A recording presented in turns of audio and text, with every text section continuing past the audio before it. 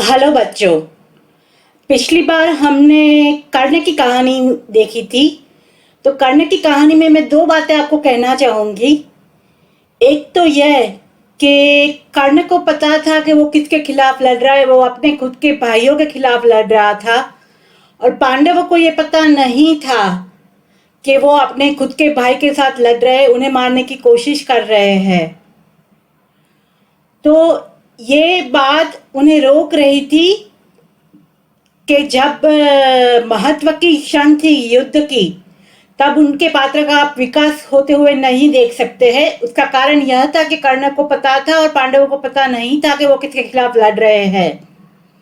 और दूसरी बात, जब कुंती कर्ण को मनाने जाती है कि तुम अपने भाइयों के खिलाफ मत लड़ो, तब वो कहता है कि मैं अर्जुन के साथ लड़ूंगा और किसी और भाई को नहीं मारूंगा। युद्ध के बाद आपके 5 बेटे थे और 5 बेटे ही रहेंगे, क्योंकि या तो अर्जुन जिंदा रहेगा या तो मैं जिंदा रहूंगा और आप 5 बेटों की माँ ही कहलाएगी। ये दो बातें मैं कहना चाहूंगी। हेलो बच्चों, महाभारत में आज हम अर्जुन के बारे में सुनने जा रहे हैं। अर्जुन पांडवों में तीसरे भाई थे।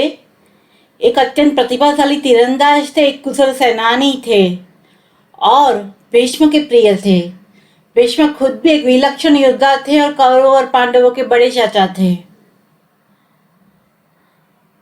अर्जुन बचपन से ही कौरवों और अपने भाइयों की तुलना में एक उत्तम तीरंदाज रह चुके थे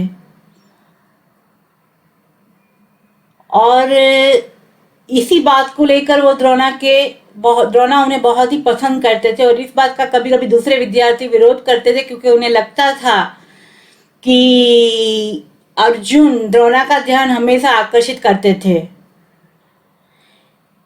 एक दिन भारी हवा की वजह से गुरुकुल में मोमबत्तियां बुझ जाती है। अर्जुन को रात में कुछ आवाज सुनाई देती है और उसी वजह से वो जग जाते हैं और रसोई की तरफ से आवाज आ रही है। तो रसोई में जाकर वो देखते हैं कि कहां से कौन आवाज कर रहा है। वहां पे वो देखते हैं कि एक भीम जैसा कोई व्यक्ति आकार में कुछ खाना खा रहा है। भीम, यहाँ पे बिल्कुल भी प्रकाश नहीं है और तुम अंधेरे में कैसे खाना खा रहे हो? अर्जुन ने चकित होकर पूछा।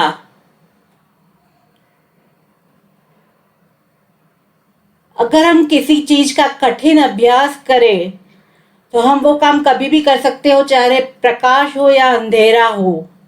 मैं खाने का अभ्यास हर रोज करता हूं, इसलिए मैं किसी भी वक्त खाना खा सकता हूं। भीम ने बड़ी लापरवाही से जवाब दिया। अर्जुन को भीम के शब्दों में सच्चाई लगी और उन्होंने रात को तीरंदाजी का अभ्यास शुरू किया और अपने दोनों हाथों को तीर और कमान पकड़ने के लिए तैयार किया। इस तरह से अर्जुन रात को भी तीर चला सकते थे और अपने दाहिने और बाइने दोनों हाथों से तीर चला सकते थे। इसी वजह से उन्हें सव्यसाची के नाम से जाना जाता है। एक से ज्यादा प्रतिभा और उपलब्धियों के कारण अर्जुन को कई नाम से लोग बुलाते थे। अर्जुन का जन्म उत्तर फाल्गुनी नक्षत्र में हुआ है, तो उन्हें फाल्गुन भी कहा जाता है। अर्जुन ने हमेशा अपने दुश्मनों को, प्रतिद्वंदी को पराजित किया है, इसलिए उन्हें जिष्णु कहा जाता है और कभी भी कोई लड़ाई वो हारे नहीं थे, तो इसलिए उन्हें विभस्तु और विजया के नाम से भी जाना जाता है। अर्जुन को प्यार से लोग कुंतेया और पार्थ के नाम से बुलाते थे, क्योंकि वो प्रीता के बेटे थे, जिसका नाम बाद में कुंती किया गया था। प्रीता वासुदेव की बहन थी और प्रख्यात यादु वंश से थी। प्रीता के पिता के द्वारा उनको उनके चचेरे भाई कुंती भोज को दिया गया था, क्योंकि उनकी कोई संतान नहीं थी और उन्होंने बाद में उनका नाम प्रीता से कुंती किया था। तो इस तरह से अपनी माँ के द्वारा, माँ के नाम से दोनों नाम से वो जाने जाते थे, पार्थ और कुंतेया। अर्जुन की प्रजा को, हस्तिनापुर की प्रजा को कभी कभी अर्जुन में उनके पूर्वज राजा भरत की छवि दिखाई देती थी, झलक दिखाई देती थी।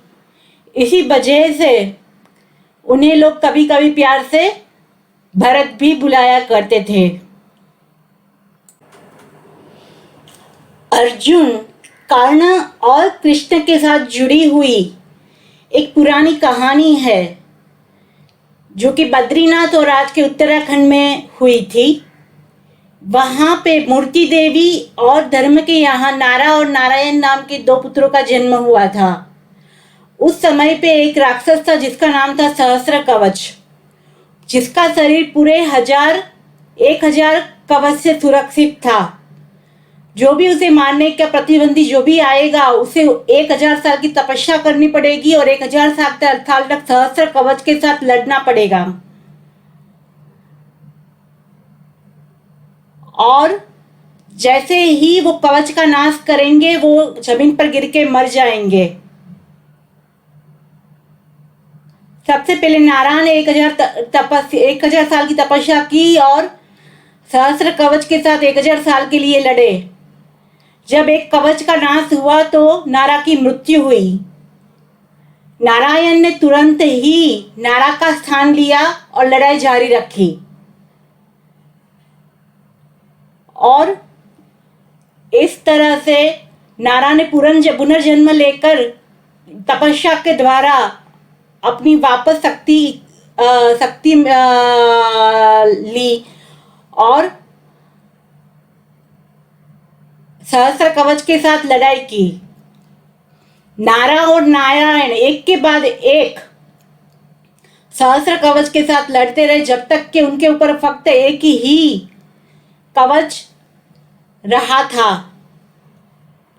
जैसे जैसे कवच का नाश हो रहा था, वैसे वैसे सहस्त्र कवच के अंदर की बुराइयां भी मृत्यु हो रही थी।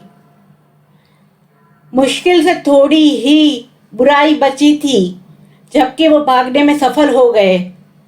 कहा जाता है कि सहस्त्र कवच ने पुनर्जन्म लेकर कर्ण का रूप लिया और अर्जुन और कृष्ण ने उनकी मृत्यु की।